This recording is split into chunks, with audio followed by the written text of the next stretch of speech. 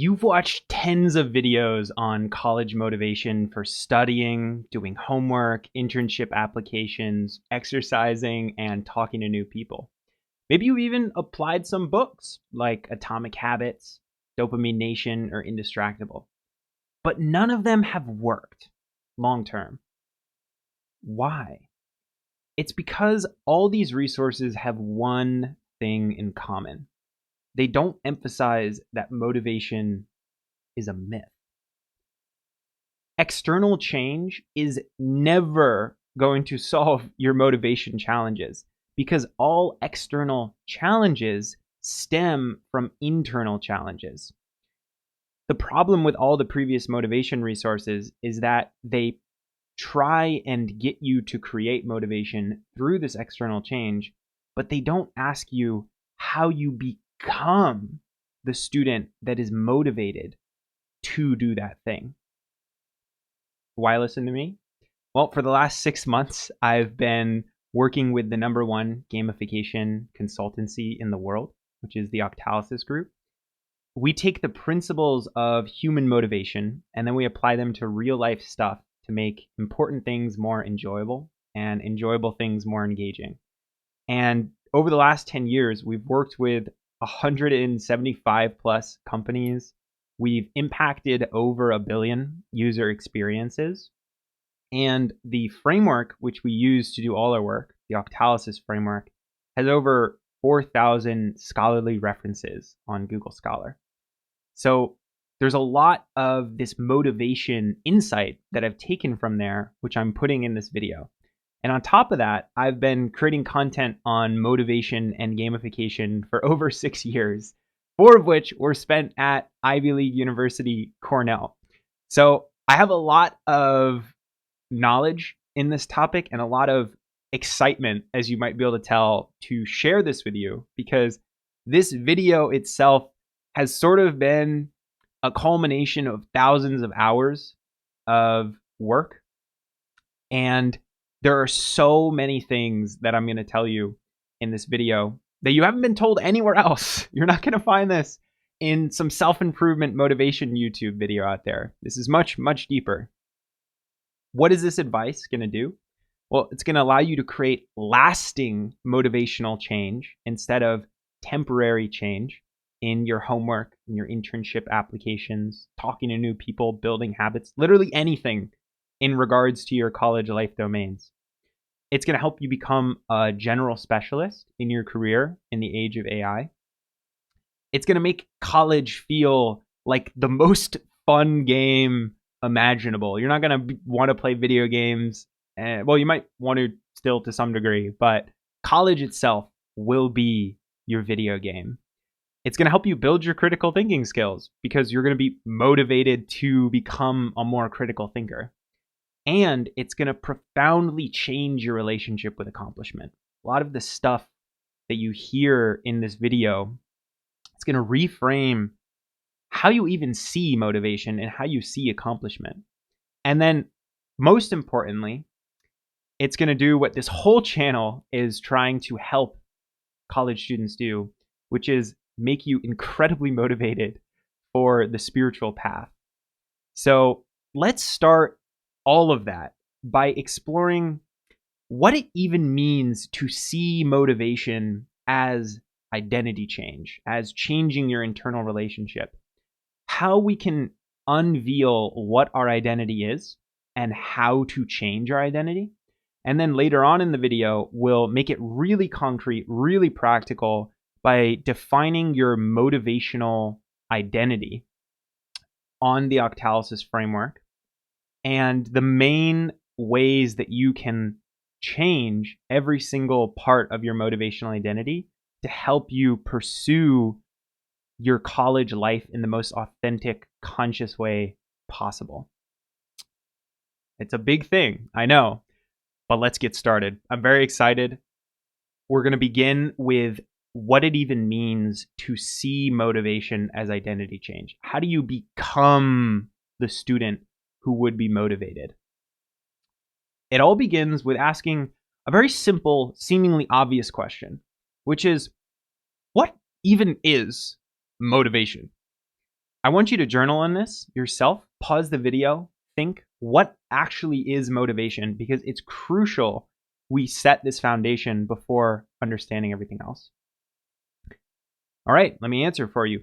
Motivation comes from the Latin root movere, which I might be pronouncing wrong, but all it means is to move. So, in a sense, motivation is just the force which drives us to action for some future state. That may seem mundane, but it's incredibly powerful that humans can do this. This is not a typical thing that most other animals can do. You see, we can create a future imagination that we desire and then leverage energy from that imagination in order to drive us forward in the present. That's mystical. That is insane. You should be like clapping yourself on the shoulder with the fact that you can even do that. That's utterly bizarre that we can leverage energy from the future in the present in order to be driven to action. Now, the next question is, where does that motivation come from? This is another thing that I want you to journal. There's 3 different paradigms for where it comes from. The old paradigm is that motivation comes from extrinsic, external change. This is a very industrial revolution factory mindset. I can give you a carrot, I can beat you over the head with money, and then you'll do the thing. It's a very behaviorist notion. Then we have the better paradigm, which has come out in the last few decades and is thankfully entering a lot of circles, which is that motivation comes from extrinsic and intrinsic external change. You see this in classes trying to promote more autonomy, more social influence and relatedness by having you work in projects.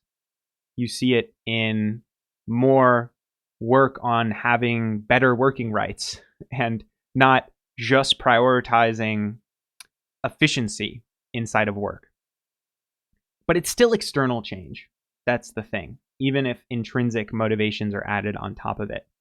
So the new paradigm, which I'm pushing, that almost nobody is talking about, is that motivation comes from internal identity change. And that every other paradigm is rooted in this paradigm because everything is your internal relationship to it. Now, you might be saying, Aiden, does this mean that you're advocating to never change your external circumstances? No. Obviously, sometimes extrinsic change is needed. Let's say you're a person with ADHD, you need to get some meds. Getting those meds will profoundly better your ability to do anything. That is extrinsic change that is good. What insight I'm trying to get you to realize is that even in that circumstance, your internal relationship to the thing affects your motivation to it. For example, maybe you don't want to admit that you have ADHD because it's embarrassing. So you don't get the meds. You're not motivated to get the meds. Your internal relationship is still affecting that then. So extrinsic external change is most powerful even when you do it, as long as you come to it with the frame that you are changing your identity, or that your identity is affecting and being affected by the change. The insight is that you become what you do over and over again. By doing these videos, I become more spiritual. I become better spoken. Hopefully it's coming across. By going to your classes and studying and doing homework, you become more of that student identity. By exercising often, you become somebody that values their health. What this means is that your external change always affects your internal relationship, which then affects your external change. It's a dynamic loop, an autopoietic process.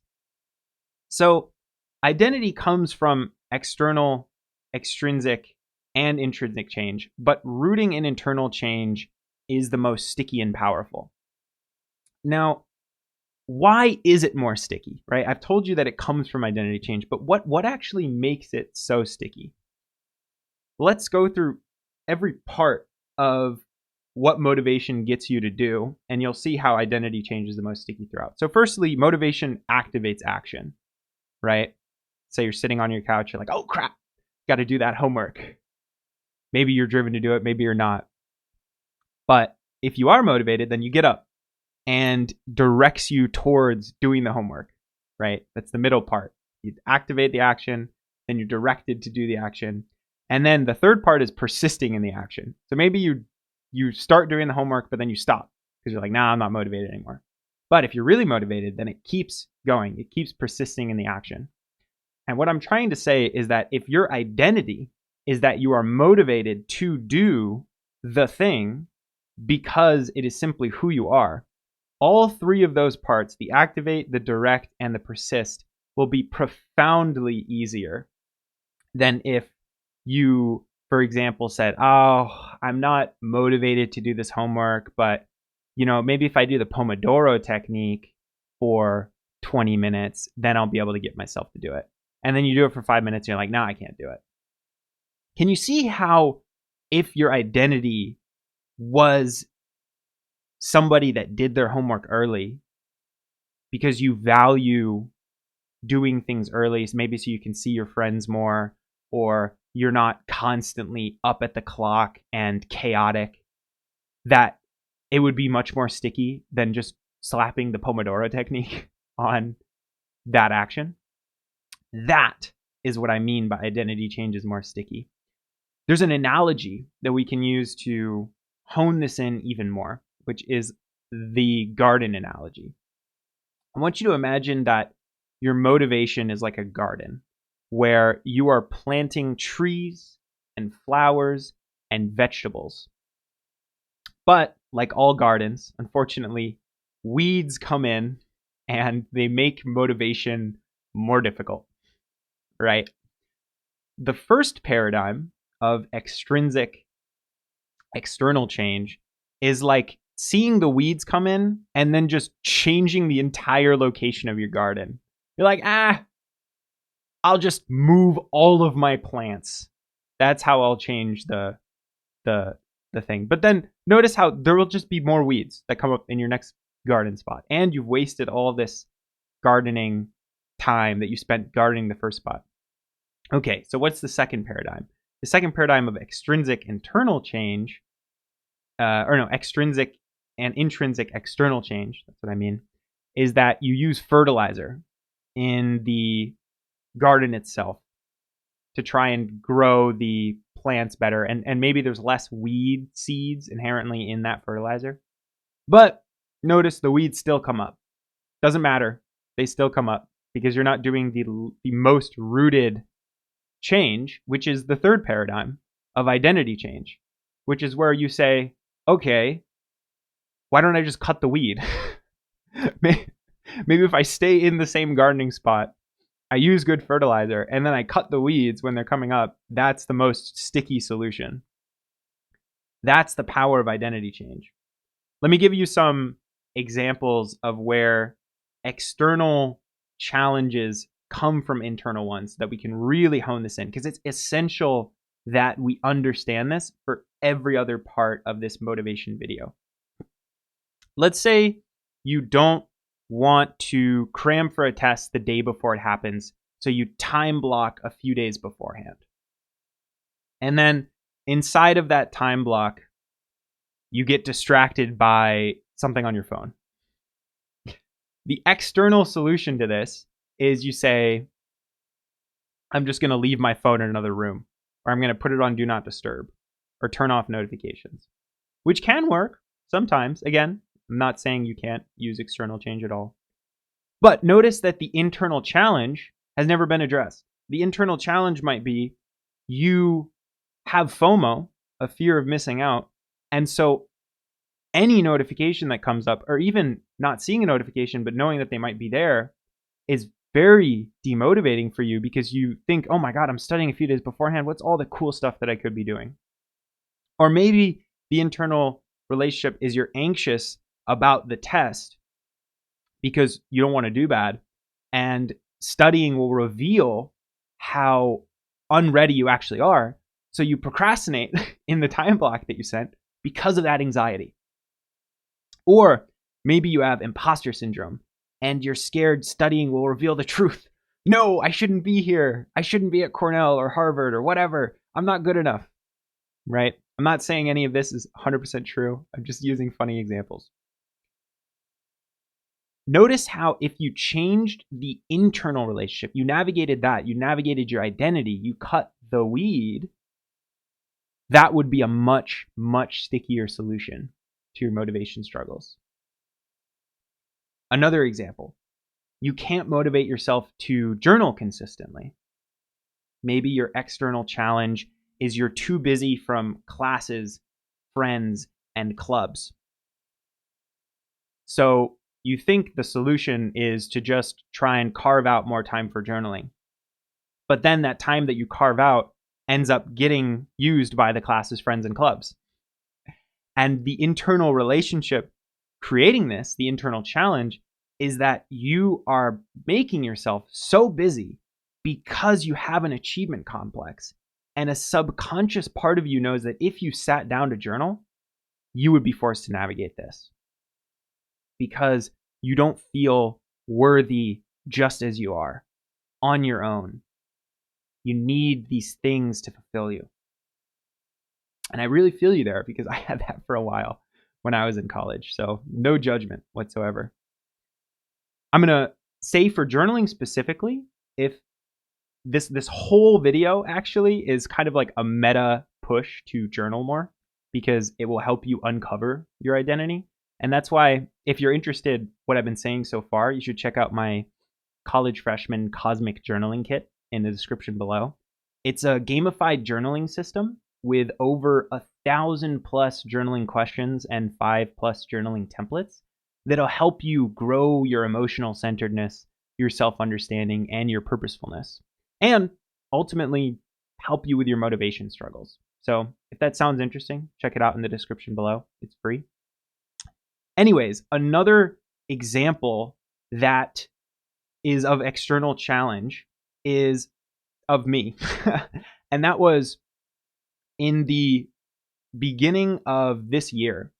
I was graduating from Cornell and I was really struggling to motivate myself to apply for internships or for a job. And the external challenge or the solution that I thought is maybe I'll just draw out more time for this. I'll scrape out the time in the morning in order to do this. I'll eat the frog, as they might say. And I'll put it in bite-sized chunks so that it doesn't feel as overwhelming. But the internal challenge creating that push was that I didn't feel like a typical job candidate. I didn't feel like an actual student because I was doing content creation for so much of my student life that I felt more like an entrepreneur. I felt more like I want to build a passive income business. And applying in the traditional submit your resume that will probably get read by an AI, which will throw it into the void, felt really inauthentic for me. And not navigating that made it so I didn't do the job applications. Now it worked out, obviously, because I ended up applying in a way that I felt more authentic through my network to a entrepreneurial place. But not navigating that internal relationship, not cutting the weed, made it so that I wasn't motivated. It wasn't the external challenge that was not motivating me. So I think you get it at this point. What weeds might you have? Because those are just 3 examples. But some of the most common that I've seen are self-doubt, overthinking, comparison, shame, a fixed mindset, people-pleasing, imposter syndrome, toxic productivity, perfectionism, restlessness. These are all some examples. There's, of course, so many more. And I want to point out that I don't want to make it seem like weeds are bad. Weeds aren't good or bad. It's completely relative. In fact, you know what's funny? There is no definition for weed that is objective. It's not like this plant's a weed and that plant's a weed. You know what the definition for weed technically is? It's any plant in your garden that you don't want to be in your garden. So it could be that one person's weed is not another person's weed. It sounds like I'm talking about marijuana now. I swear I'm not. I mean weeds in a garden. Totally fine if you do it though. That's chill.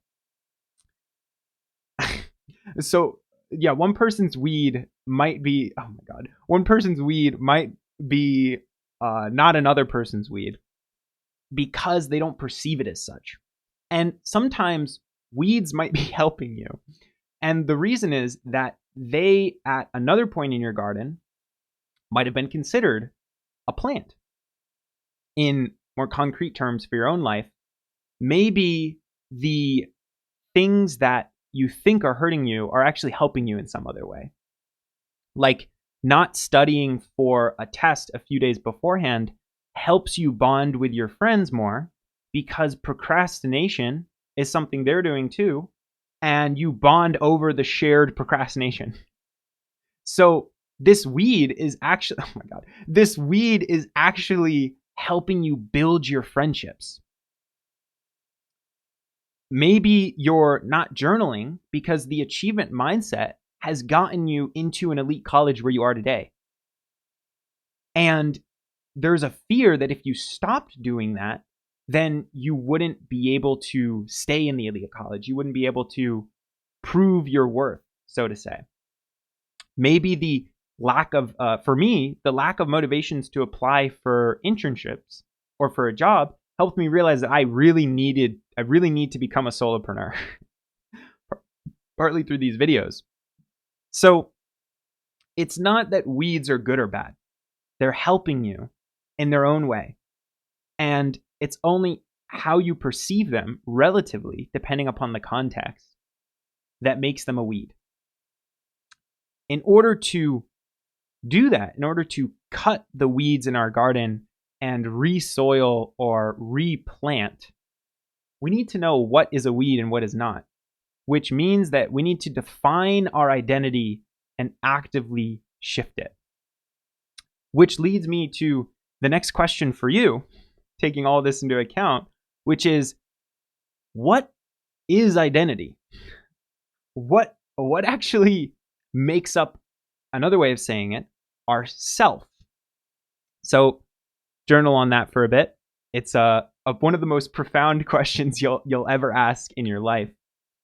And I'll answer it for you, which is, your identity is made up of many things, but one of those is your cosmic compass, which is sort of your direction, your directional navigation throughout your college experience. In my journaling kit, I define it as your life purpose and career, your values, your ideal self, your attributes, what makes you uniquely good compared to other people inherently. What did you not build as a skill, but you're just good at?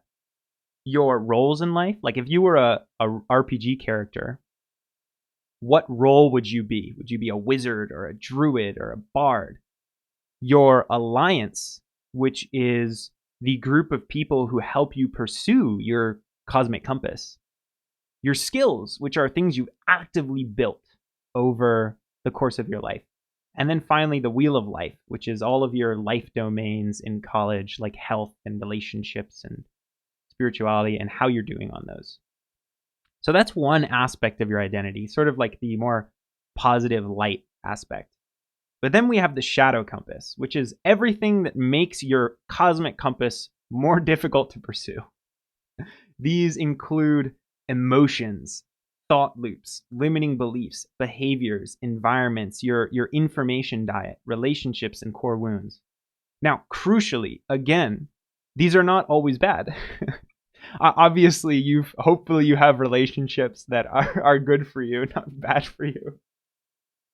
The insight is, again, just as weeds are relative, what's in your shadow compass is relative. Sometimes your emotions help you pursue your cosmic compass. Sometimes your limiting beliefs might actually be helping you or protecting you in some way. It's all relative to the context. So the art of navigating identity is defining those two things and then knowing how to navigate them. Now, where does those things show up? Where does identity show up? It shows up literally across your entire life in college.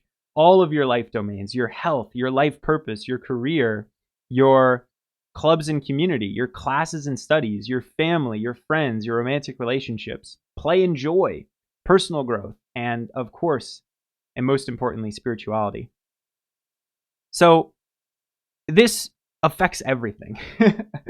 And the next question then is naturally, well, how the heck do you uncover the above, right? We have the cosmic compass, we have the shadow compass, and we have all those life domains. We know we want to navigate the identity that we have because it's more sticky than external and extrinsic and intrinsic external change. But how do we actually uncover identity and then navigate it? Well, part of it is journaling. As I said, check out the CJK below. And I also have a huge journaling video called College Freshmen, Why Journaling Isn't Growing You, which you can check out up above. You'll learn exactly the questions to ask in order to uncover these things. But another thing that you can do is start a motivation awareness log. This is a place, could be anywhere, Apple Notes, pen and pad, your hand, anything, where whenever you notice you're not motivated by literally anything throughout your day, you write down in your motivation awareness log what you weren't motivated by. And then you ask yourself, why am I not motivated by this? What in my shadow compass might be affecting it? What emotions, what thought loops, what limiting beliefs might be making me not motivated by this thing? And then you go one level deeper, which is you ask why and how is this affecting me? Where is this coming from? It's not just what you're not motivated by. It's really digging deep into the essence of why you aren't motivated by that thing. And that will help you navigate the identity change that is required for becoming motivated by this thing, for becoming the student that is motivated by this thing. Now, up to this point, you might be like, wow, this sounds great. I think I have more clarity over what identity is and how to change my internal and external relationship to it.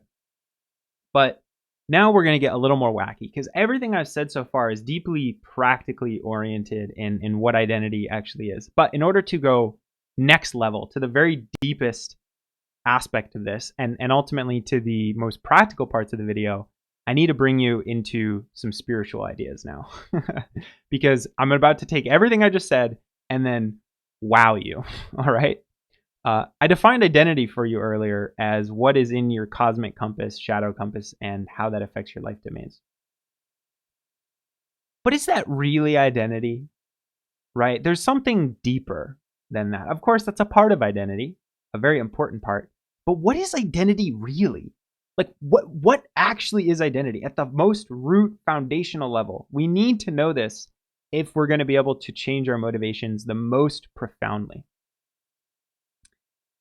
If you contemplate this, and I encourage you to question everything I'm saying and contemplate it for yourself, because otherwise, what's the point? Your identity is following what Aiden says, which, I mean, maybe I think it'll get you pretty far, but I don't think it's a good way of building critical thinking skills.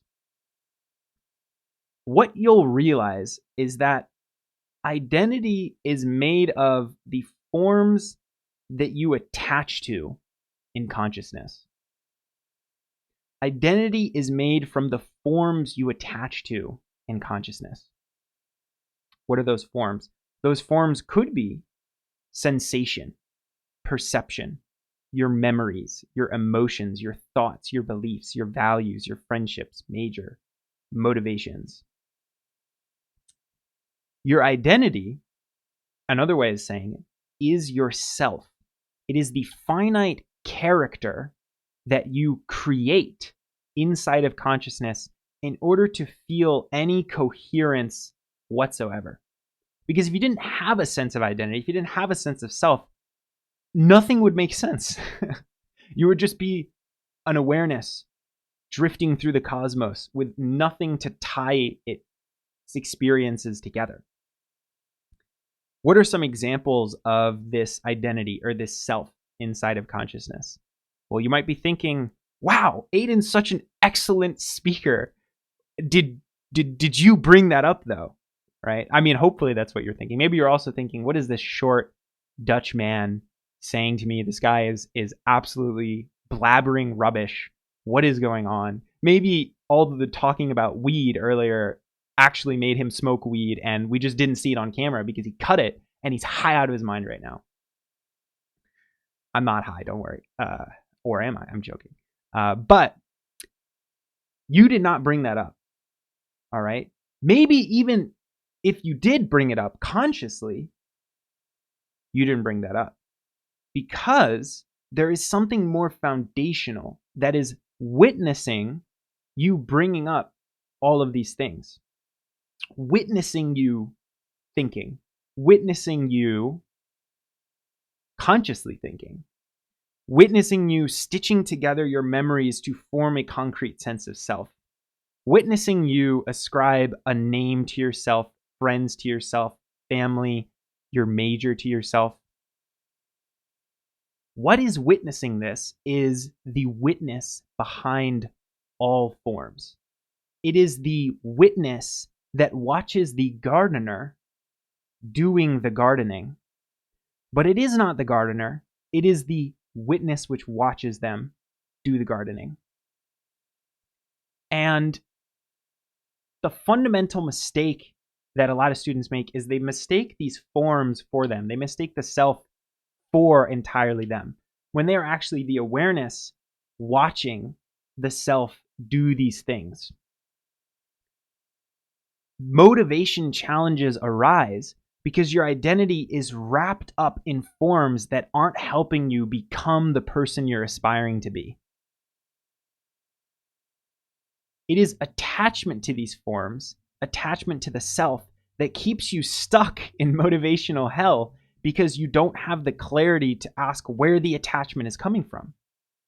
Why would you ask it? You wouldn't ask where the motivation is coming from because you think you are the motivation. Now, the question then becomes, why do you attach to these forms? Why is there a sense of self at all? And the reason is that in order for there to be anything, there needs to be a sense of self. Because if there wasn't a coherent narrative that you could track through all of the experiences in your life, then you wouldn't be watching this video right now. It would just be an incoherent blob. So the self is deeply practical. I'm not saying it's a bad thing. Like with the weeds, such a stupid joke. Like with the weeds, it isn't good or bad. It just is. The issue comes when you aren't conscious of how yourself is selfing, how it is surviving itself in order to navigate your college cosmos. And why is it surviving yourself? Because if it didn't, you would die. I don't mean physically, I mean psychologically, you would die. Your values change, your self changes. Your memories change, your self changes. Your typical emotions change, your self changes. Your self doesn't want to die because it would have to profoundly change in order to do so. And when you aren't conscious of this, then you could be unconsciously surviving yourself, unconsciously surviving your motivation struggles, and not able to get that higher level view on how yourself is actually creating the motivation struggles, how your identity is creating the struggles for you. So, profound identity change comes when you stop surviving yourself so strongly, because you become what you're motivated by. You survive your own motivations. Some examples from earlier is you attach to your procrastination by procrastinating more, therefore surviving the lack of motivation in your studies. And this attachment could either be an allergy or an addiction. An allergy means that you're very resistant to doing that thing, and an attachment or an addiction means that you're tied with the thing. You're very close to it. So in that example, you're allergic to studying because you're addicted to procrastination. Or you're allergic to deep journaling because you're addicted to achievement. I was allergic to the job search because I was addicted to content creation. So the profound motivation change comes when you become conscious of this and how you're surviving the self. Now, you might be saying, Aiden, why doesn't everyone target identity change? Like you've mentioned, a lot of self-improvement YouTubers don't talk about this. I'm not talking, I haven't heard this in school either. Like this is revolutionary. Why aren't more people talking about this? Another very deep question. You see, the reason people aren't talking about this is because, and I mean this in a humble way, which is, it's going to sound very arrogant when I say it, but society is not developed enough to talk about the things I'm talking to you right now. And the reason is that if they talked about these things, they would be forced to change profoundly. Their self couldn't keep surviving, because once you break the illusion that you are the self dies. It doesn't completely get erased, but it changes profoundly. And so it's deeply obvious and practical. Once you realize this is actually the most obvious thing ever, is the reason this isn't talked about more is because everyone's identity would have to die for it to be talked about. In college, in business, whatever. So another reason it's not talked about more is that external change is easier from a group level. It seems more productive because you're seeing people change their behavior externally. It's hard to talk about identity change on a group level, especially when people aren't as developed enough to talk about it. So from a external viewpoint, it looks like it's more productive, but it's the identity change over the long term that really shapes the change at the most fundamental level. So once you define motivation as identity change, and you think about all the things we've talked about before, how do you unveil your identity? How do you understand identity as surviving the self and your motivations as surviving the self? How do we actually shape identity concretely? This is where we get to much more of the practical side. We've set up everything. Now we can really dive deep into how do we actually change and shape our identity for motivation change? How do we become the student that's motivated by X? There's 3 different techniques which I've come up with, which you need to adapt to your own context, because ultimately there is no one size fits all solution.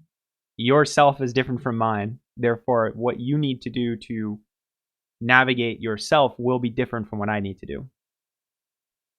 The first way that you can shape your identity is what I call resoiling, which is an internal challenge that you solve internally. So this works by switching out a motivation resistance that you have for something else. In our garden analogy, it's sort of like changing the soil that a weed is in away from the plant. So you're like taking the weed and then you're moving it to a different part of the garden. So it's still there. Like you haven't solved the very, very, very root, but you've moved it away. You've navigated it to some degree. The way this works is you breathe when you feel a motivation resistance come up. And then you accept that the motivation resistance is there. Let's say you're procrastinating, because that's a very common struggle. I've had it too, so I'm not immune. So you feel this procrastination resistance coming up. And then you ask, what is it trying to tell you? Without attaching to it. You're grounded in the witness behind everything. You ask what it's trying to tell you, and then you ask, will you let me resoil you? And here's the very important part. If it says no, then don't resoil it. Some motivations resistance is there because there's a deep part of you in your identity that is resisting change in that moment. And you need to respect that, because if you start trying to force identity change on yourself, then your identity is going to resist. It's going to be like, okay, we're not a team here. Yourself is going to start fighting each other. And what we really want is to come to yourself with compassion and kindness. We want it to feel like a family. Now, if it does say yes, that you can resoil it, then you can change it to what you want to in the moment and embrace the change. Really feel it come up in your body. Really feel the resoiling.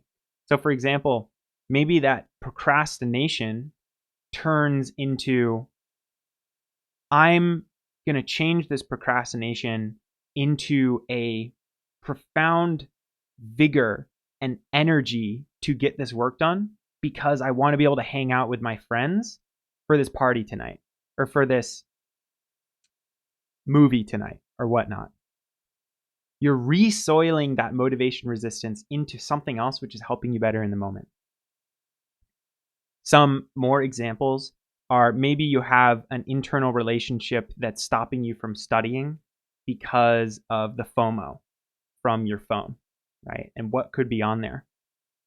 So you resoil that FOMO into becoming okay with missing out, because it will actually help you immerse more in what it is that you're doing. You realize that not following the notifications, really being in the thing that you're doing in the moment, actually helps you appreciate it more than if you followed that thing, resoiling it. Maybe you're anxious about the test that's going to happen in a few days, and you're being overly perfectionistic inside of your studying. You're like setting up the perfect tables, the perfect studying plan, but you're not actually doing the test because of that perfectionism and the fear that it will reveal you don't know as much about the test as you hope. So you resoil that perfectionism into an excitement to grow, an excitement to work as hard as you can to learn on this test. And you realize that it's not saying that perfectionism is bad. It's resoiling it into growth excitement, into doing this test and trying really, really hard in a perfectionistic way on getting better at it. Or maybe you have imposter syndrome and you're scared that studying will reveal that you aren't as good as the other students and you don't deserve to be here. It's rough. I've been there. You resoil that imposter syndrome into realizing you deserve to be here,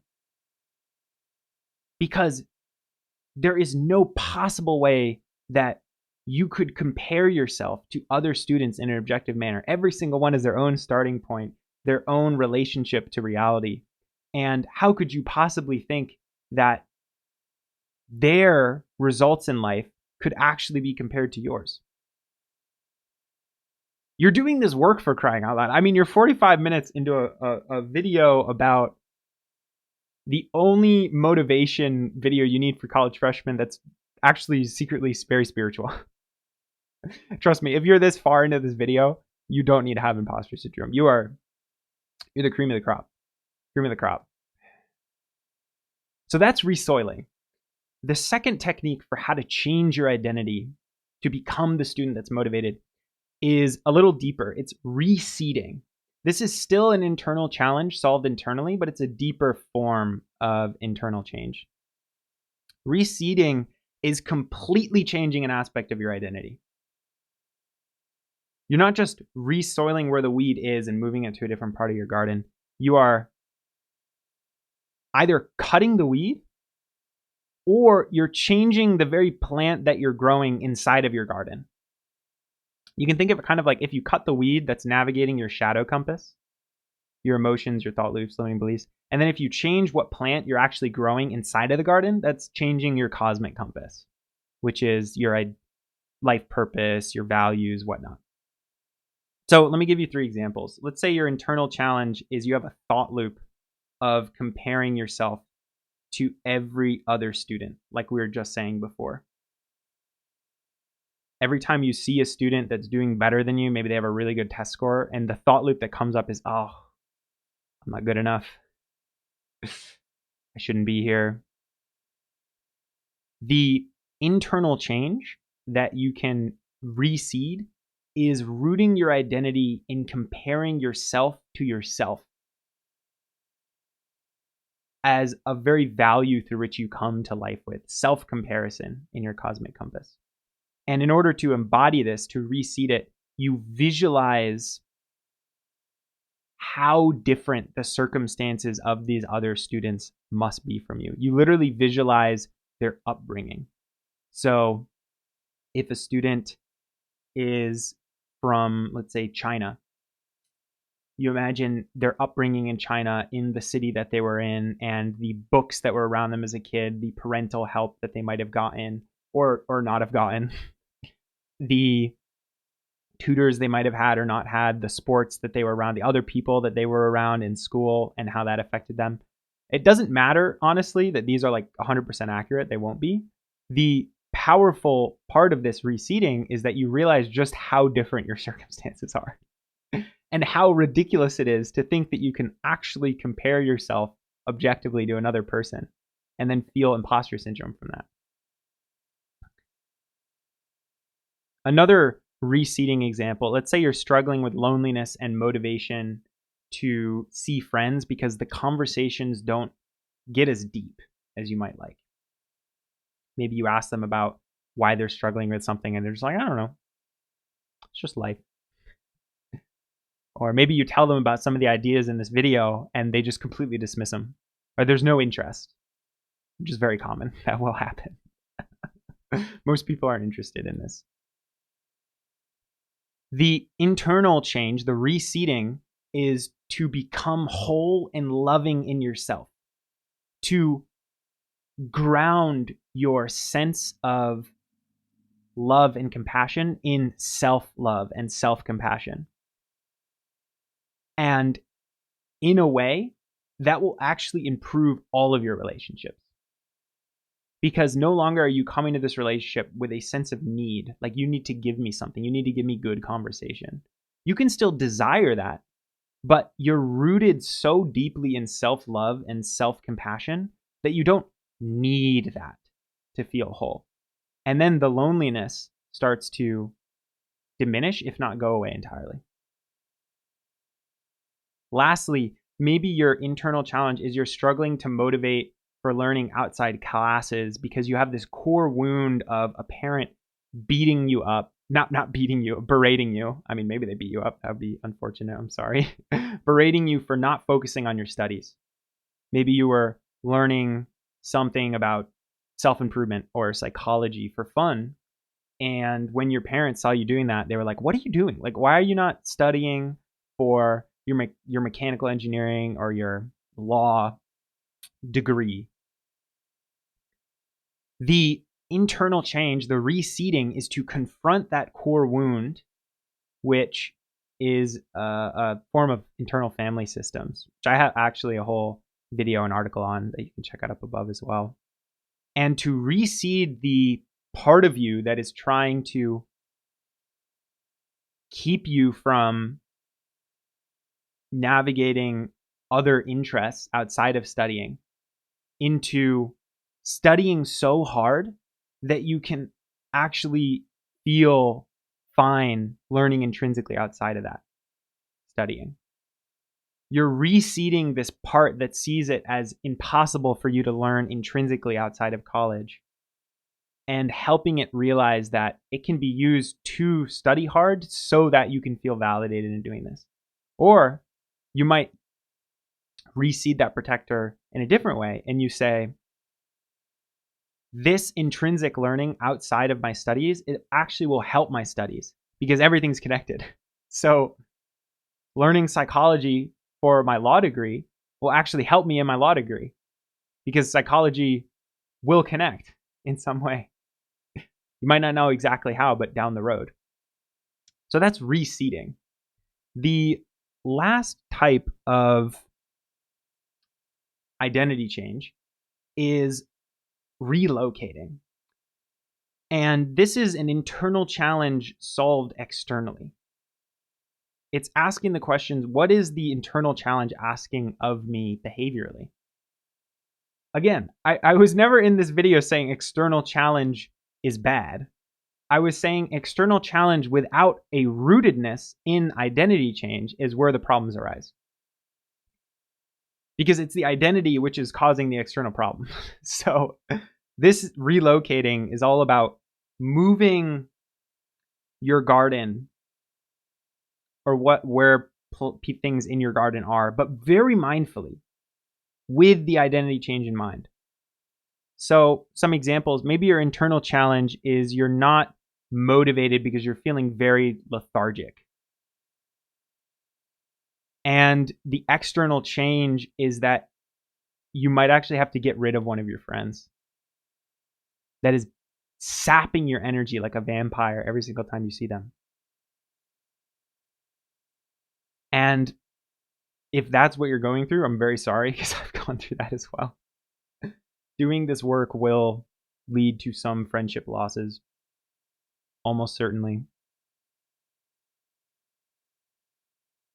But it is allowing room for who you truly are.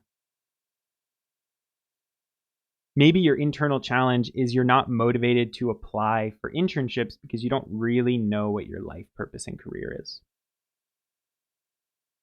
So the external change that you do to do that is you schedule a time to talk about that with a career counselor.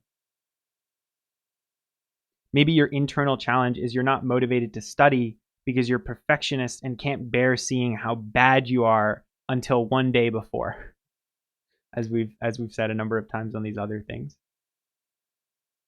So what you do externally is you schedule a really fun thing to do the night before the prelim, and then you force yourself to do the assignment earlier because you want to do that fun thing that you scheduled or the studying earlier.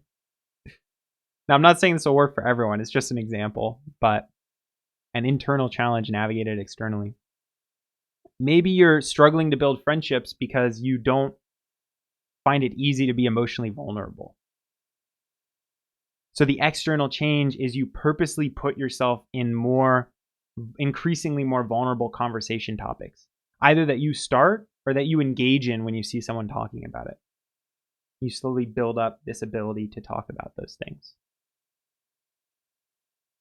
Maybe the internal challenge is you're not motivated to go to the gym because of the thought loop that comes up every single time you go, that it only matters if you go consistently.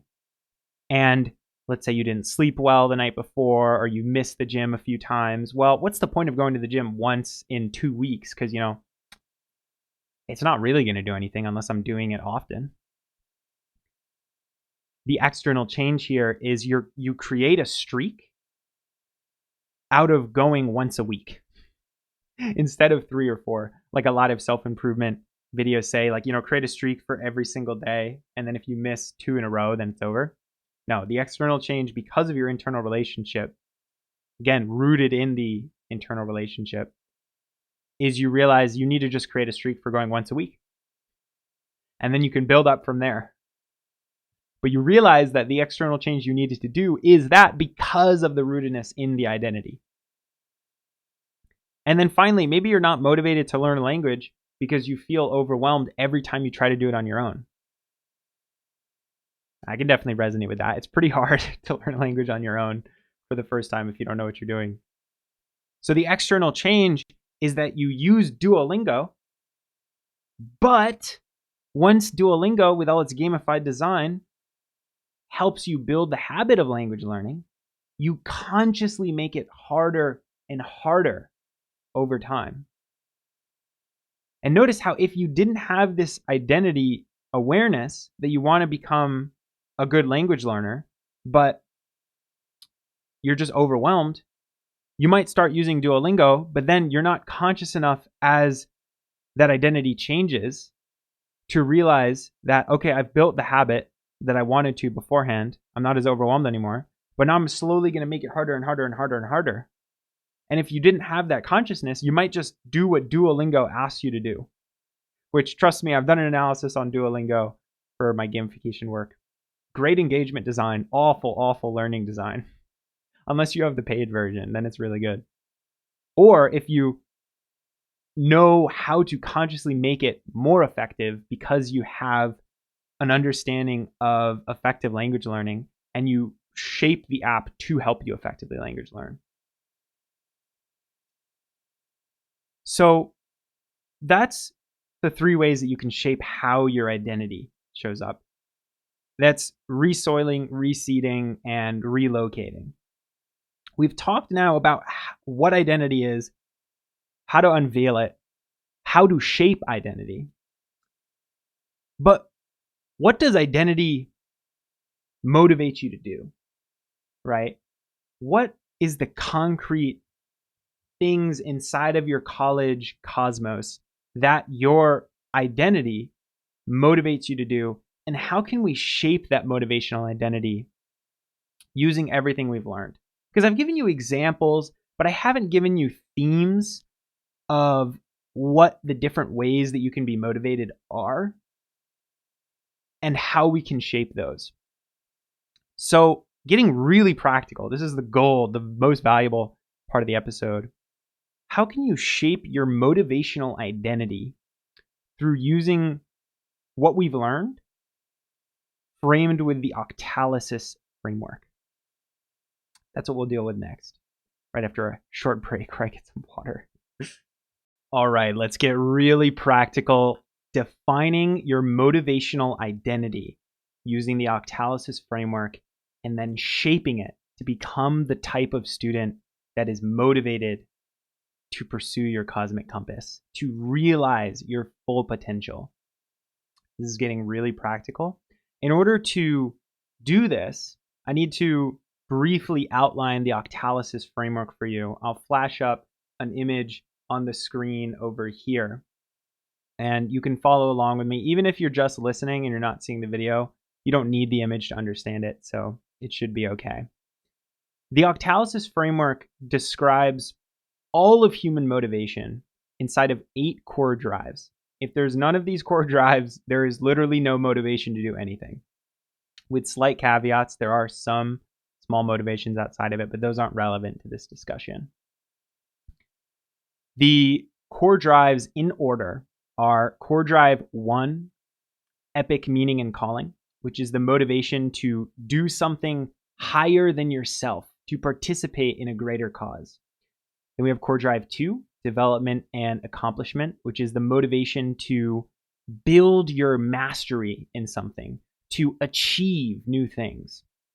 Core drive 3, creativity and empowerment of feedback, which is the motivation to leverage your skills, your passions, whatnot, to generate new things inside of the world, as well as iterate with feedback in order to change towards some goal that you're striving for. Core drive 4 is ownership and possession, which is the motivation to possess things like a house or money. And ownership is all about owning aspects of something to your identity, like owning a role in a project or owning your values or whatnot. Core drive 5 is social influence and relatedness, which is the motivation to compete, to collaborate, to work with other people and be influenced by them. Core drive 6 is scarcity and impatience, which is the motivation to have which you inherently is small, is scarce, and also to do something when there's urgency, when there isn't infinite time. Core drive 7 is curiosity and unpredictability and curiosity, which is the motivation to get variable rewards, which you might not know what they are, and also to fulfill curiosity gaps, being curious. Core drive 8 is loss and avoidance, which is the motivation to avoid negative things, and the primarily showing up as fear, not wanting to lose what you already have. So these are all 8 motivations. Just imagine, first off, imagine how powerful this meta map is for your own college life. Like, you now have a framework for understanding what you're motivated by in all of college, which is insane. Like, this meta map is so helpful. When I first came across this 6 years ago, I was wowed. But it gets so much deeper. That was just the 8 core drives. Then we have the differentiation between black hat and white hat and right brain and left brain. Black hat core drives are on the bottom 3 on the octalysis framework. They make us feel non-agentic, out of control, forced. White hat core drives are core drives which make us feel in control, agentic, powerful. Right brain core drives are core drives which are primarily intrinsically motivated. And left brain core drives are core drives which are primarily extrinsically motivated. Why is these differentiations helpful? Because it gives you an idea, once you define your motivational identity, for what motivates you and what that speaks about your identity itself. Now, the core insight and trap not to fall into here is that black hat left brain isn't always bad. I know when I said that, it's like, well, black hat left brain sounds worse than right brain white hat. But it depends on the context. Like with everything else in this video, weeds depend on the context. For example, let's say you are very white hat, right brain motivated, like I have been for most of my life. Not most of my life, most of the last 6 years, I should specify. But because you're so white hat, right brain motivated, you never have the black hat, left brain motivations to actually get stuff done. You're always like in your head, in airy fairy purposefulness, and then you're so impractical that you like have to live in a box, and you don't work on fulfilling your survival needs. That's just one example. So the importance is the context.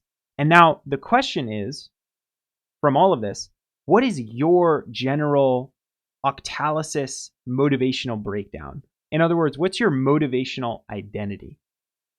Take some time to define that on those 8 core drives. Where are the 3 ones that in most of your life domains, generally, you think you fall more towards? The 3 ones which you're kind of like mediumly motivated by, and then the 2 which you're not really motivated by. Now, of course, it depends on the life domain and the specific context, but I just want you to have a general sense. And then maybe after this video, you can go deeper into the specific ways that each life domain changes your motivational identity.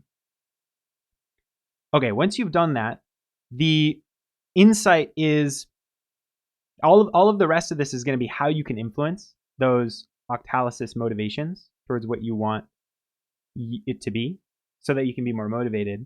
But the insight, there's 2 insights I want you to have before we do that, which is first, maybe you shouldn't change it. Maybe your octalysis motivation breakdown is helping you for the season of life you're in. Maybe you defined it and it's very left brain black hat and you're like, I don't like that. But maybe that's exactly what you need.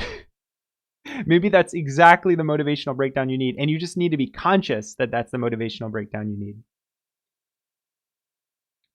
Another insight is that maybe there's nothing you can do to change the identity because you need to burn through some karma. This is a notion that in order to progress further in the spiritual path, in the self-improvement path, perhaps you can't just resoil or replant that weed. You actually need to do what the weed is telling you to do. And only then will you be able to do it. Because a part of you needs to do that in some way. This karma is different for everyone. But for example, for me, there's two things I know I need to do before I can go as deep as I want to in a spiritual path. And there's no way I can avoid it. I've tried. I literally cannot avoid it. And that is, I need to have a profound romantic relationship. It's very spiritual. I've had 4, but none of them have gotten there. And I need to have a business which gives me financial freedom while also doing profound good in the world. Those are 2 things that I know I need to do before I can go all the way in spiritual work. So figure out what those are for you, because you might not be able to change your motivational identity without that in mind. You might have to do those first. So let's go through some of the most beneficial motivational identity shifts that I've seen students do and that I've done across these different core drives, and hopefully it'll help you. It's very practical. And the meta question I want you to ask through all of these is, what about your relationship to this core drive is working right now, and how can you strengthen that? How can you lean into it? And then what about this core drive is holding you back from having a healthy relationship with this motivation? Keeping in mind everything that we said before, which is the motivational identity that you have. Do all the work from beforehand. Figure out what that identity is, why it's that way, how it's affecting you, where it's coming from. And then if you can resoil, replant, or relocate. So with that being said, let's start with core drive 1, epic meaning and calling. The radical mindset shift that really helped me with this core drive is seeing college as a journey to discover and embody your purpose. Beforehand, I sort of saw college as a way to, as most people do, set yourself up for a good career after college, or even better, like become a more critical thinker and learn a lot. But it was really once I started radically seeing college as a journey to discover and embody who I am and pursue the spiritual path that things really changed for me. It was profound. And in order to do this, I highly recommend defining your cosmic compass, as I talk about in my journaling kit. And some examples for what this might look like is realizing that you want to learn how to make a more sustainable, healthy food system in college. There's a huge problem in America, obesity and lack of exercise and whatnot. And you want to help create a food system that promotes eating healthily, knowing how many calories are in your food, where it's coming from, so that you can work with this problem. And then all of college becomes a way to embody that core drive. Maybe you want to learn law so that you can help oppressed individuals. That becomes your core drive 1. A really great way to embody this is to find a measure that you can use to track your core drive 1 in some way. That might be growth in a skill that's relevant to your purpose. It might be alliance members aligned with that purpose and how many of them you have. It might be grades, if grades are really important to the core drive 1 that you're pursuing. Maybe you're going to med school, and then it actually is important what your grades are. Or you can use someone else's metric, like Ocean Hero is a good example. It's a website online that every time you use it, not a website, a search browser. Every time you use the search browser, it tracks how many plastics have been saved from the oceans because of you using the search browser. And that's a really epic way to track the impact. The question is, how can you connect every individual action that you take in college to some larger life purpose, or to really uncovering who you are and what it is that you are meant to do here? Core drive 2, development and accomplishment. One of the radical mindset shifts that helped me here is really honing in on my identity regarding development instead of accomplishment. Accomplishment is a more extrinsically focused manner of thinking about mastery.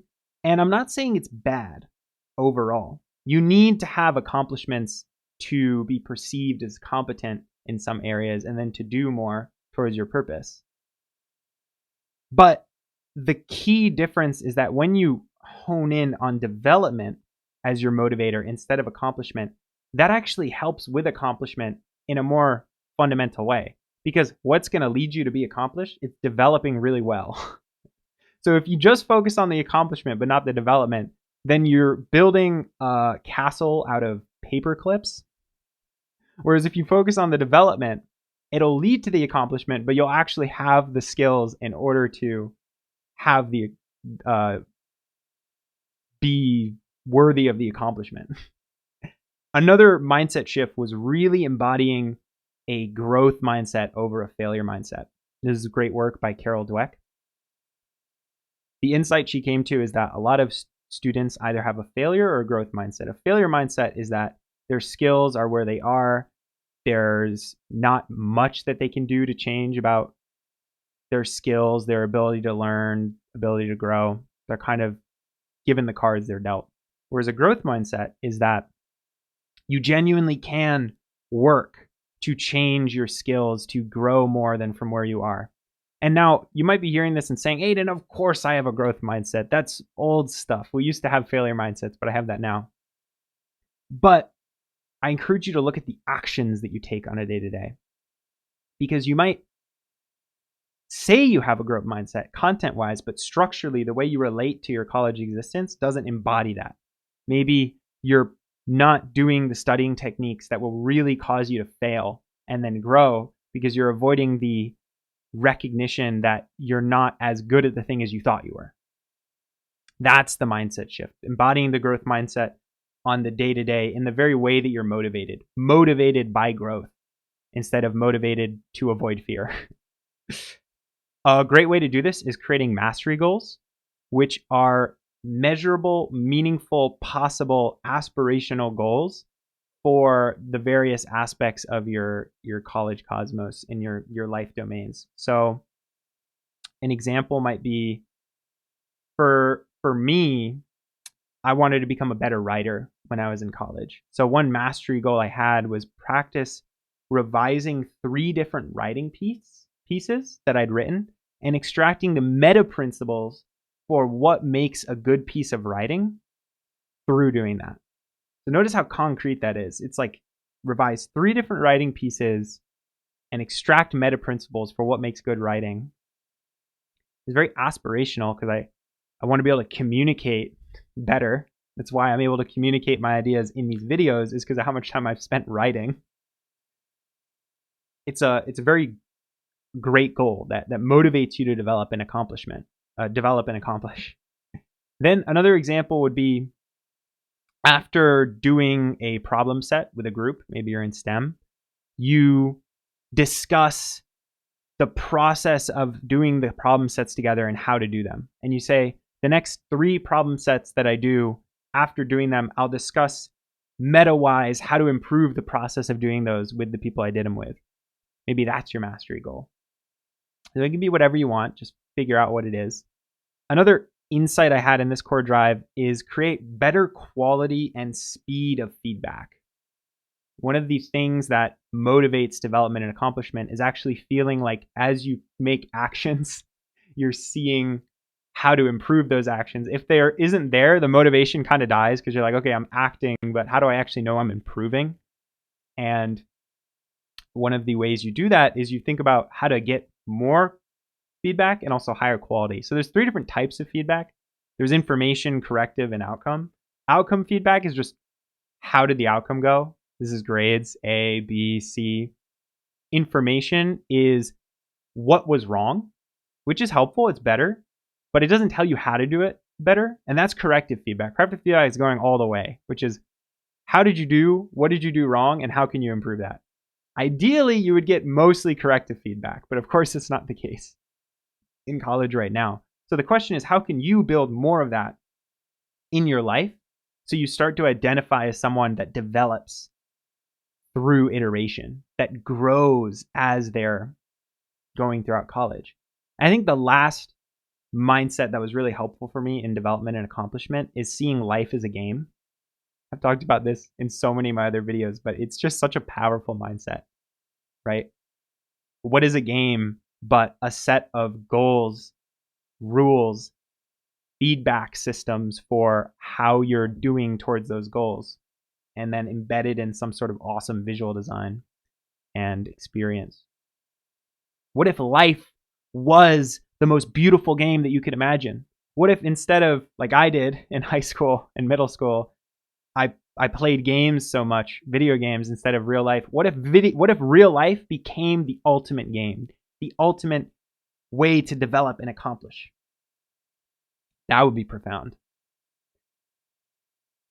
Core Drive 3 is creativity and feedback.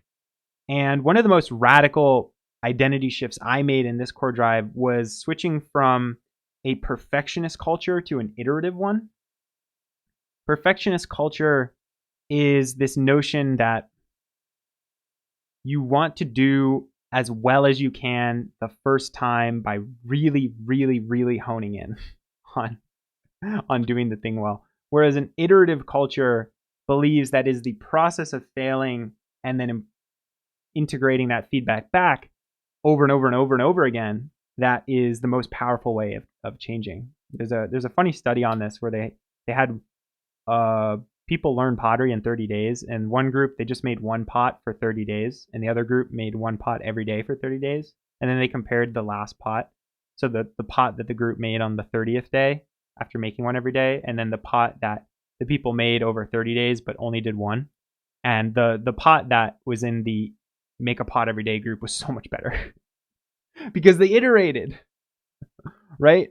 Creativity is, one way to see creativity is as a profound act of creation and iteration. Another really radical mindset that helped me here was having a creative relationship with my college classes. Not taking everything I was told at face value, realizing I could evaluate it. I could create new things. I could connect it to my other classes. I encourage you to do that with these videos. Don't take what I say at face value. Contemplate every single thing I say. Maybe you realize after contemplating yourself, Aiden, this whole identity thing is absolute hodgepodge. I don't know what you're talking about. It's ridiculous. Great. I'm glad that you came to that insight on your own. I would say it's wrong, but even contemplate me saying it's wrong, right? College changes when you come to it with this mindset. It becomes, every single class becomes an expression of your creativity because it's your identity to the material that determines the material. There's nothing objective about the material. It's not like you can separate your identity from the material. Your relationship to the material is the material. Now, maybe it's not a very good relationship. Maybe it's not a very holistic, thought out one, but that's the whole fun part, is becoming creative about the relationship you have to material, making it more holistic, making it more profound, realizing if the professor is wrong, that they're wrong, instead of accepting what they say at face value. Another way you can make this more creative is finding a way to connect your school classes to your personal interests, like something you're inspired by recently. I did this all the time when I was in college. I would be taking a psych class because I was a psych major, and then I would connect it to an article that I was writing for my blog or a script that I was writing for my YouTube channel. And I wouldn't make it like for example, the hedonic treadmill I made a video on, and that was directly inspired by something that I learned in my class. Now, I'm not saying you have to turn what you do in your personal time into more class time. I'm just saying you will find so much more passion inside of the stuff you create and the classes you're taking when you connect the two domains together, your personal life and your classes. Ask how you can turn things into a project of some sort. This is huge, not just for being more creative and iterative, but in learning more effectively. Making a project is one of the most, if not the most effective ways to learn, because you're actually applying, you're actually analyzing, you're actually evaluating, you're creating. It's a a container to hone your consciousness in a way, is what a project is. Now, for me, I like doing that in a medium of public learning, like my blog, my podcast, my YouTube channel. This YouTube channel is my container for everything I learn in my life. Now, of course, I package it into a little bit more of a spiritual, honed towards college freshman sort of way, because I need to have some audience, and I do want it to become financially free at some point. But having this container will make your creativity just blossom. It doesn't have to be a blog or a YouTube channel or a podcast. You can create whatever you want. Be journal entries. You can just write the journal entries just for you, still creating. The last thing you can do to increase your creativity is try and build more autonomy into your college life. Build more, get more control over what you do, how you do it, when you do it, where you do it, and why you do it. Hugely beneficial to your creativity.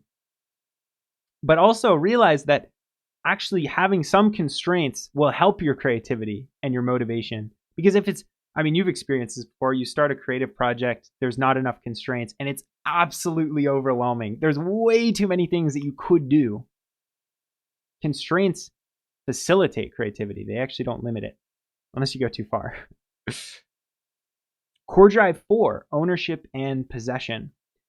The radical identity shift I took here is taking radical responsibility over everything. 100% of what happens to you, you take responsibility for. Now, of course, I'm not saying you're at fault for everything.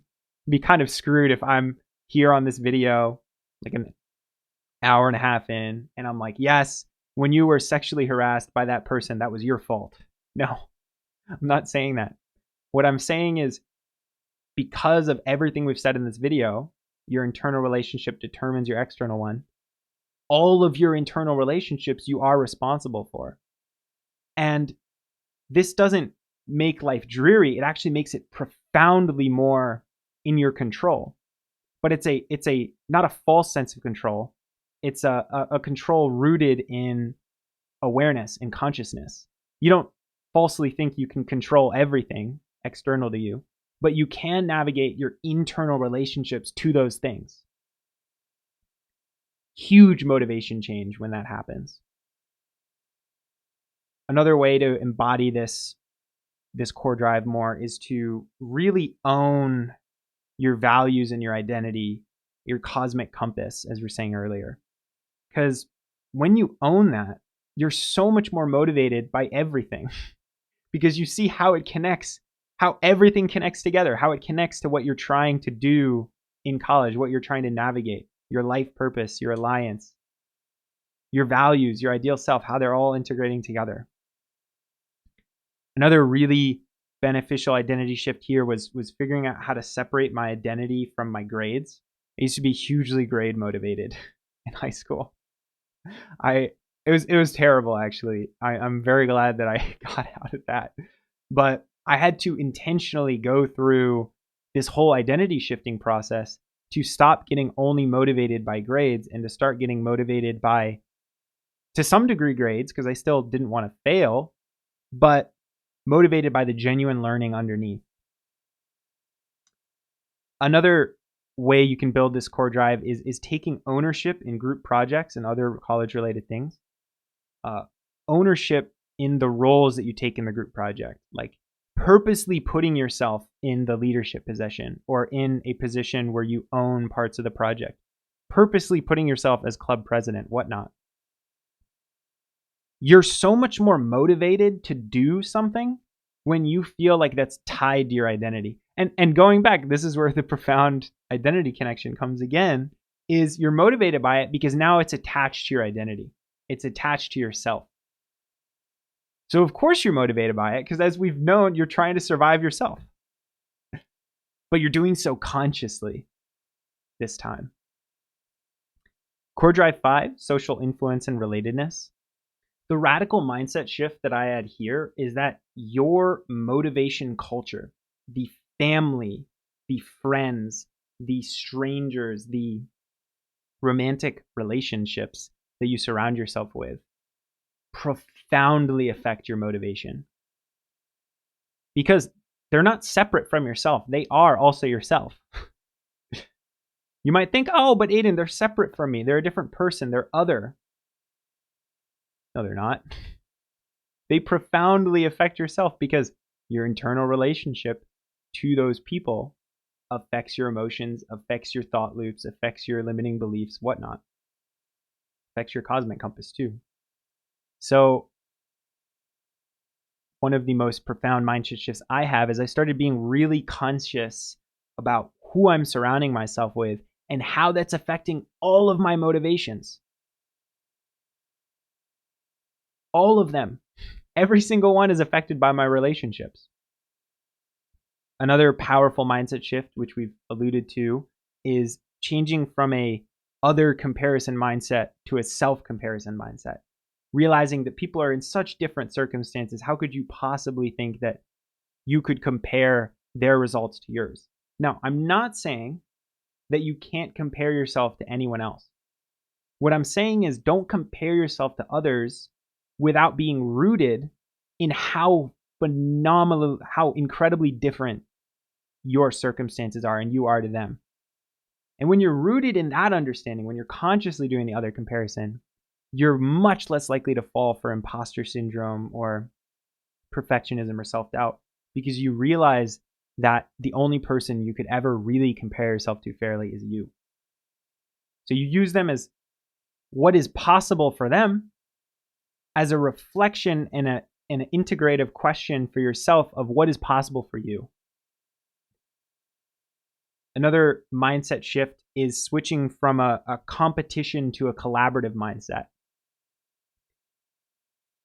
Now, I'm not saying you can't ever compete, of course, but when your entire mindset is revolved around dog eat dog and competing with other students, maybe you're in a curved class, it might help you get motivated in the short term, but it doesn't build the relationships over the long term that are really going to supercharge your cosmic compass. All of the jobs I've gotten have been from networking. And I never would have been able to do that had I come at everything with a competition mindset. You need to start seeing life as an infinite relationship game. When I speak to someone, even if I know almost 100% I'm not going to see them again, I always treat it like, what if I see this person tomorrow? And how does that change the way I interact with them now? What if I see them for the rest of my life? Now, obviously, that doesn't mean, when I see a stranger, if they ask me to help them like completely reconfigure their website, which will take like days and days, I'm not going to do that just for anyone. But I still treat them with kindness and compassion and whatnot because I treat it as an infinite relationship game. It completely reframes how you see relationships when you do this. And I'm not saying never, always keep in a relationship, even if that person is hurting you. No. The infinite relationship game sometimes means that you leave someone to play the infinite relationship game with everyone else that isn't hurting you.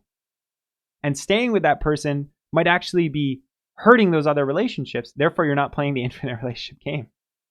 It's a really interesting insight in game theory regarding this, which is called the it's tit for tat. Basically, the idea is that in your strategies towards relating to people, you can play tit for tat or you can play tit for two tats. And there's other strategies too, but we're just going to focus on this one. So tit for tat is if they do something wrong to you, you do something wrong back. But if they don't, you automatically do something good. And then there's tit for two tats, which is they do something wrong to you, you still do something good to them the next time. But if they do something wrong twice in a row, that's when you're like, okay. And I think that's a profound way of navigating relationships in general, is always usually giving the person a second chance. Maybe they had a bad day, whatnot. Forgiving them if they did wrong to you once. And then not hating them if they do wrong again, but considering letting them go. That's the infinite relationship game. Now we have core drive 6, which is scarcity and impatience. And the radical mindset shift here is learning to be motivated by your own deadlines, not your classes, not your friends. If you don't learn to take control of this motivation, you will constantly be following the deadlines of others. You can't consciously create your own life if you aren't making your own deadlines, making your own time to do things. Notice how many students around you don't do this. They cram for classes the day before. And I'm not judging them. I'm saying this is the result of not valuing this core drive consciously. Whereas for me, and this, I'm not trying to brag here. This is just the result of having all the suck from not valuing this core drive enough for most of my life, and then finally changing it in college. For most of my college time, I would really, really, really consciously set my own deadlines for doing homework on 2 days of the week. I was a psych major. It wasn't very hard. So if you're STEM major in a hard major, I resonate a lot more with you. But I would set 2 days of the week where I would really consciously do homework. And I was like dead, deep focus during those times. Like, oh my God, really going at it. And then for the rest of the week and the evenings and the weekends, I had so much time to do what I wanted, to hang out with friends, to create content, whatnot, because I set my own deadlines. And this is something that has paid so many dividends for me throughout my life. Another identity shift with this motivation is learning to value what you want to value rather than just things because they're scarce. If you only value things because they're scarce, that is a terrible metric for finding the things that are actually valuable, right? Because scarcity does not mean value.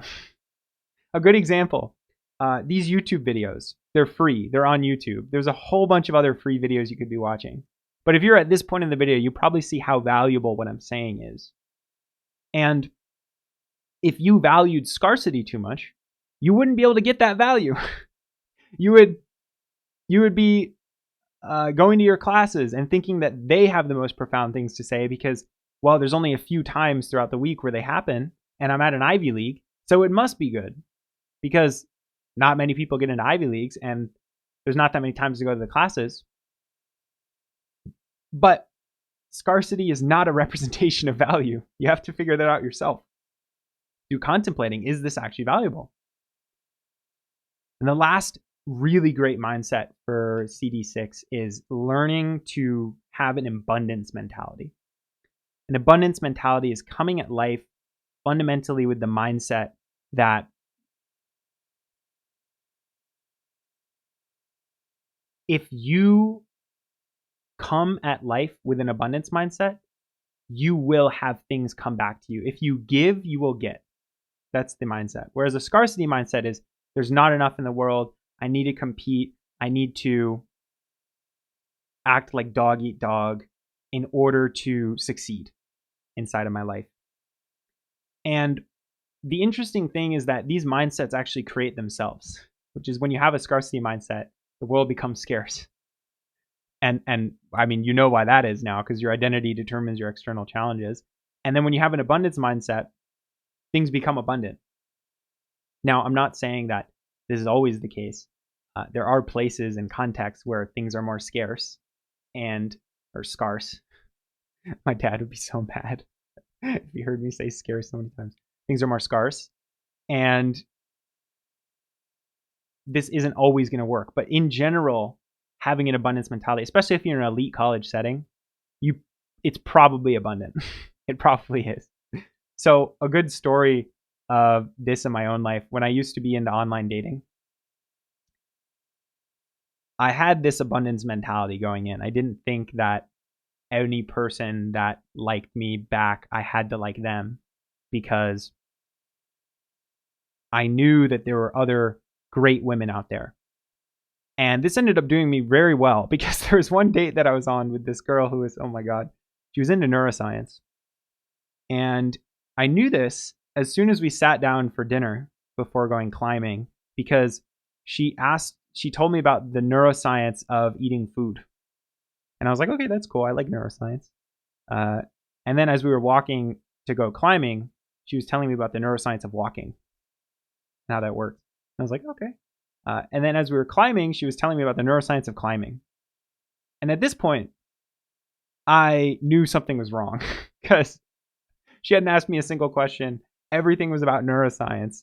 And I like neuroscience, but I don't like it that much. So I had a choice in that moment, which was, if I had a scarcity mindset, I would be like, okay, well, she seems to like me back, but I didn't have a scarcity mindset. I didn't feel like I had to be with her. So I left that date a little early, and I don't feel bad about it because I had the abundance mentality to know I could find someone better. And now apply that to all of your life, not just romantic relationships, and then you have a profound relationship with CD6. CD7, unpredictability and curiosity. One of the radical identity shifts I had here was becoming motivated by deeper learning and curiosity over connecting disparate things together rather than just by grades alone. Becoming motivated by connecting spirituality to anthropology, to neuroscience, to physics. Deeply powerful mindset shift.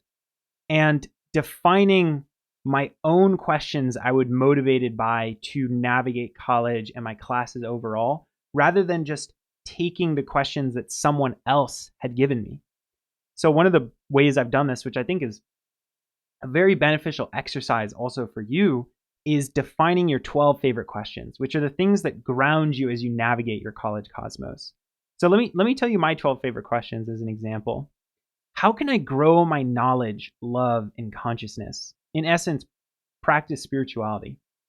How can I play the infinite game? How can I build an ecology of practices to navigate self-deception? How can I follow upaya to help others on their spiritual journey? How can I live with less attachment? How can I cultivate my taste? What's in my control? How can I become the best writer possible? How can I balance profit, value, and scale with conscious college? How can I develop deep, intimate relationships? What can I do to build my career in the Octalysis group? And finally, how can I find an incredible romantic relationship?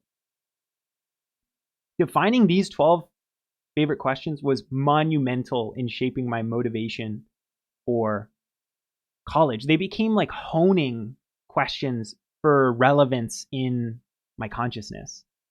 That was so powerful. I became motivated by pursuing spirituality, by overcoming my own self-deceptions and navigating my identity. It became the most fun thing imaginable. And something that I didn't see as separate from college, but actually fundamentally connected to it. Because when you realize your identity affects your external challenges, you realize navigating your identity can actually help you in your studies, help you in career, whatnot.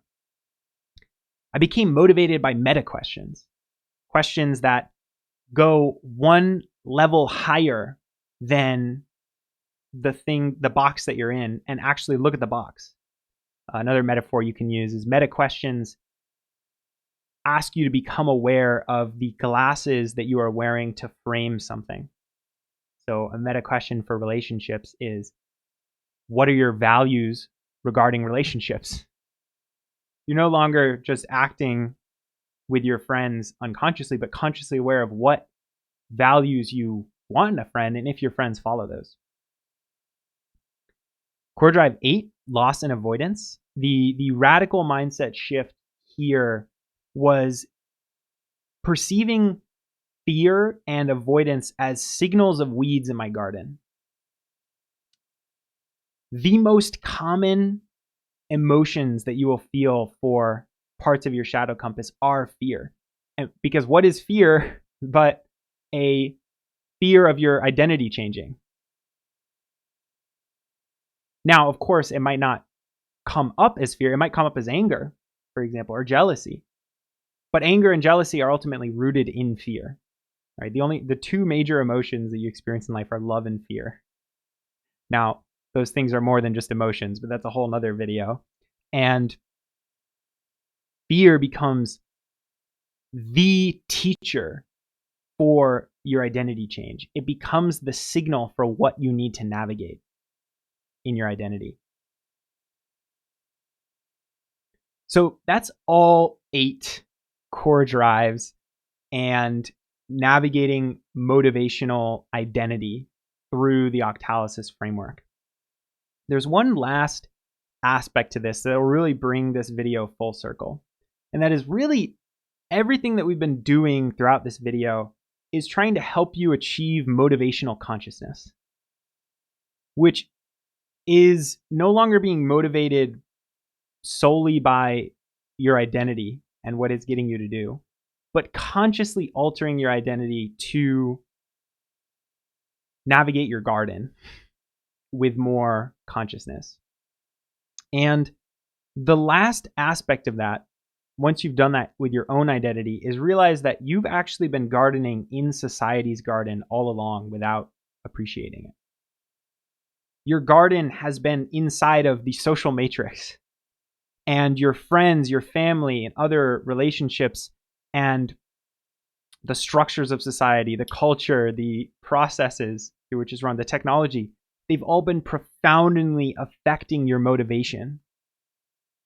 And only once you relocate your garden consciously out of society, and then maybe it stays out of society and your motivations are completely separate from what most people are motivated by, or you bring it back in consciously and are still motivated by the same things a lot of other people are, but you chose to be motivated by those things. That is where absolute motivational consciousness comes from. So some examples of how societies might be changing your motivational identity. Your toxic productivity grade culture is making you achievement focused. All these other students are talking about achievement and productivity. And of course, that makes you care more about achievement, because if none of them were talking about it, you wouldn't care. There'd be no reason to. Maybe your majors are motivating you to apply for internships at certain times, right? If you're I don't exactly know how the different majors apply to internships, but if you're an English major, you might apply to different internships in a different time than a CS major or a pre-med student. Maybe your friends eating healthy, exercising, and sleeping well or not is affecting if you're motivated to eat healthy, sleep, or exercise. Working at an internship to help fight climate change made you super, super motivated to fight climate change. Notice these can be good, quote unquote, motivational changes as well. You might say, well, fighting climate change, that seems like a good motivational identity change. But are you conscious of that? Because if you aren't, then you can spend your whole life fighting climate change, but then doing it in a really unconscious way. Like maybe anytime you come across a conservative who doesn't believe in climate change, just this specific, I'm not saying all conservatives don't believe in climate change, but you come across them and you're like badgering them over the head with this motivation of yours to solve climate change without realizing that they're in their own garden. And this is not the way that you teach them to become conscious of that garden, badgering them over the head. Maybe you join a non-stream subculture, a non-mainstream subculture, and then you mistake that as nonconformity. Right? There's a difference that needs to be made between content and structure here. Content is the face value of something, whereas structure is your relationship to it. So the content of your motivation might be nonconformist. For example, if you're in the LGBT community and you're motivated to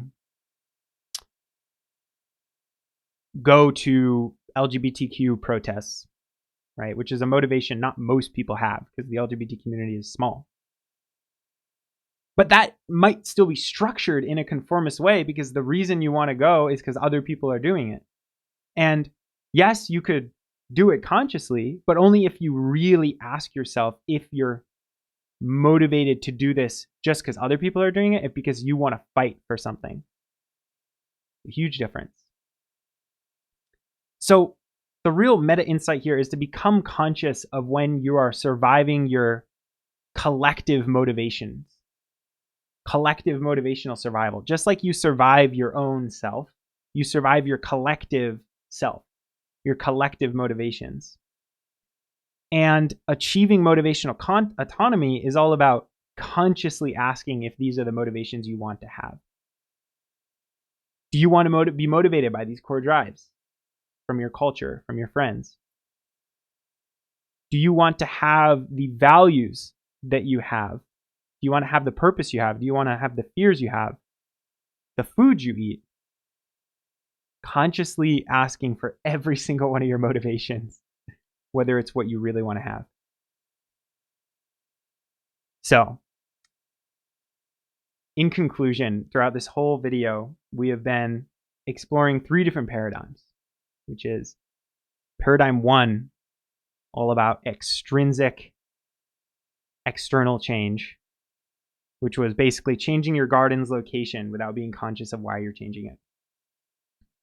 Paradigm 2, adding fertilizer to your garden, which is like what thankfully we're moving more towards now. And that's all about extrinsic, intrinsic, external change. But the paradigm 3 that I'm helping you to ground in throughout this whole video was cutting the weeds that are coming up in your garden, or planting different things in them. In other words, navigating your shadow compass or navigating your cosmic compass. That's what I've been trying to get to happen this whole time. I've helped you realize what identity is, how to unveil it, how to change it, and how to navigate it across your octalysis motivational identity. And I finally helped you realize that your garden was inside of society's garden without you necessarily realizing it.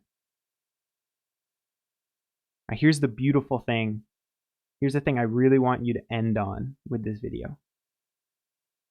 My goal for you, because I see just how much potential there is in you watching this video.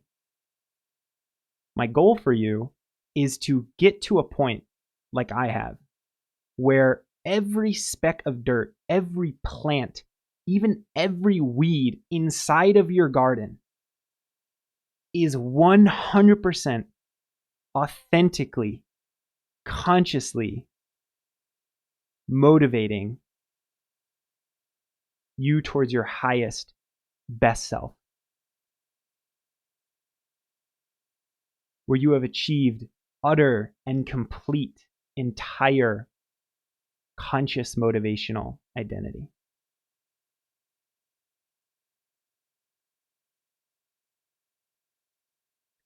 That's a wrap.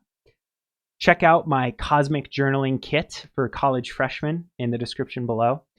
It's a gamified journaling system with over 1,000 journaling questions, 5+ templates to help you do a lot of the things that we discussed in this video, and also build your self-understanding, your emotional centeredness, and your purposefulness. It's free. I do it out of the goodness of my heart. As always, I hope you have a fantastic rest of your day. Eat some peanut butter, and bye-bye.